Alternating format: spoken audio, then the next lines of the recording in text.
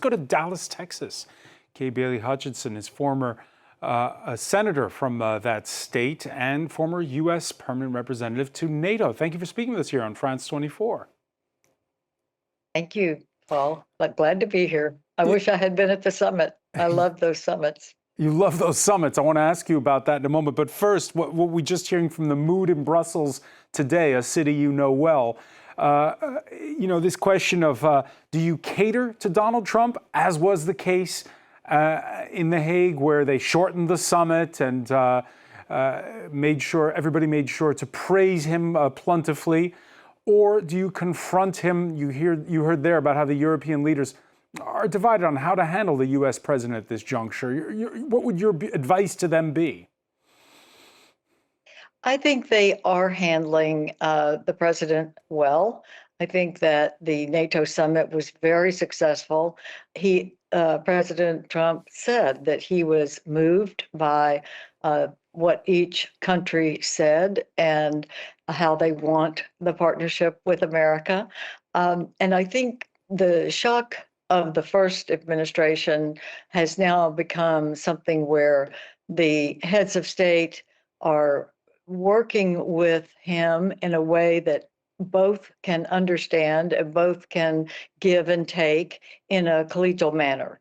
And I think the Secretary General Rutte certainly has done a great job, as did Secretary General Stoltenberg, of bringing the Europeans in and working with America in a very constructive way. Some said it was borderline creepy, the way that Mark Rutte referred to him as daddy in that discussion that they had about the Iran-Israel crisis. But is that the way to handle Donald Trump? Make sure you flatter him plentifully. Well, I think that the daddy thing was taken a little bit out of context. He was making a joke in talking about what they were saying about, of course, the Iranian-Israeli situation. And I don't think it was meant to be taken literally in any way. No, I think Secretary General Rutte and the others now are dealing. Look, every president has a personality. We dealt with that at NATO. There were the ones that were confrontational, the ones that were behind the scenes backstabbing. I mean, there were different approaches, and I think the approach of dealing with all the different personalities is working better.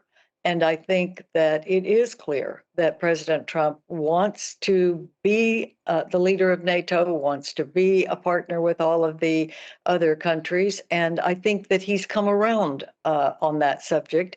And I think it's productive and a good way forward. You were U.S. ambassador to NATO under Trump's first term. Back then, some Europeans were still a little bit in denial, even though Russia had already annexed Crimea and was supporting an insurgency in the Donbass region of Ukraine. Today, there's this general feeling in Europe that the Russia threat is giving urgency to NATO. How much can they count on Donald Trump when he makes statements like, well, maybe we should bring Vladimir Putin back into the G7? Well, I think he hasn't said that lately. I think that was something in the first term. He was trying to have a rapprochement that would have dialogue. I think the president is more clear-eyed. He said it in Canada just last week. Well, I think he's more clear-eyed about Putin. I think he said that yesterday. He said when Putin offered to be the go-between on Iran and Israel, he said, hey, why don't we have you be the go-between on the Ukraine situation? And I think that was beginning to show that he's getting weary of Putin's antics. And I think that is really finally coming about, and I think it is good. I think we should absolutely stick with Ukraine. We have said we would. We have commitments there, and I can't say for sure exactly how that's going to play out, but I don't think the Europeans should be nervous. I think the fact that the president is asking for Europe to stand up more, looking at all of the range of problems that we have throughout the world, the global adversaries that we all are unified in suggesting, I think means that he wants partners who are helping, who are working with America. We are interoperable. I think that's very important. And I think the new, what I see way forward for NATO is that the interoperability is going to be much more pronounced. And I think Europe can count on America. And let me make one other point. Our Congress is overwhelmingly pro-NATO and looking for Russian sanctions. 82 senators have, out of 100, have signed a bill to put secondary sanctions on Russia so that we can show Putin that we are supportive of Ukraine and we are supportive of NATO. But what about in his inner circle? I asked the question because we saw last week with the Iran strikes that there were divisions laid bare between those like yourself who take a more traditional approach to how U.S. projects power in the world and those who are more isolationist, the more far-right MAGA crowd. What conclusions will Donald Trump draw from the internal divisions that played out in public last week? Well, let me say that, as I mentioned, Congress is overwhelmingly of the pro-NATO, pro-alliance foreign policy. But also in his inner circle, you did see divisions on the situation with Iran. You saw some of the MAGA type voices saying, no, don't go there. And overwhelmingly, he went the other way. He went with the approach that has been the approach. The dealing with Iran has been 40 years in the making, at least the last 20, very active on the military side. And he came down on what I consider to be the right side, which is not taking a chance that an Iran with nuclear power could ever come to haunt us or Europe or our Asian Pacific partners. And so I think he came down to the right conclusion. And though his base, as you said, the people who surround him were divided, he took the advice of those that said this is the right thing to do. And I think that the vast majority of Americans and Congress believe that was the right stand to take, and it shows that he will take a bold position in defense of our security umbrella, which is NATO, as well as our Asia Pacific partners. So I think he came to the right conclusion, even though, as you said, his inner circle was divided. Let me ask you about what the view is from Texas, because you're a state that captures the imagination of the world. It's a big tourist destination, and we're seeing fewer Europeans who want to travel to the U.S. this summer. They see the crackdowns of ICE. They saw what they perceive as the ambush of Volodymyr Zelensky in the Oval Office back in February. How's that impacting Texas? I think Texas, as you said, it is looked at in a unique way.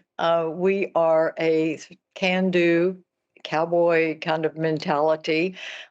We go for the skies, very bold. And I don't think we're hurting for tourism. I think that people loved the TV show Dallas. When I go to Europe or to Asia, they say, "Oh, did you know JR?" And I think, oh my gosh, everyone thinks we're Dallas, but we do have the kind of cowboy flavor, and we are a state that fought for our independence and then became a nation, and then came in to the United States under a treaty. So we have our sort of can-do. We can do it whatever it is mentality. And I don't think we're hurting for tourism. And I don't think any tourist should worry about ICE. ICE is trying to protect the security of everyone, including our visitors, but not our illegal entrants. One final question for you. When you see, on the one hand, we talked about this MAGA movement. On the other hand, we just had an election in New York City where it's a self-described democratic socialist who won the primary for the Democrats.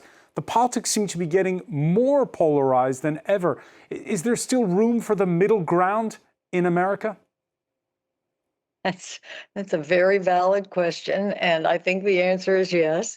And I think, as you saw play out the foreign policy and the Iranian issue, I think the mainstream is the majority, and I think that the polarization is there. It's there in Europe. It's there in America, but I think the middle is winning. And I think that mainstream America is still mainstream America, and I think it is the majority. And I believe that while you see different things happening that are very vocal, you see all of the protests and people carrying foreign flags. It's disquieting to most Americans, and I think that I think we will get through this, but I will say for sure that tourism is safe because we are enforcing the laws of illegal immigration, and we have a long way to go because there has been such a flood of illegal immigration, and we're trying to work on the criminal element to keep our country safer.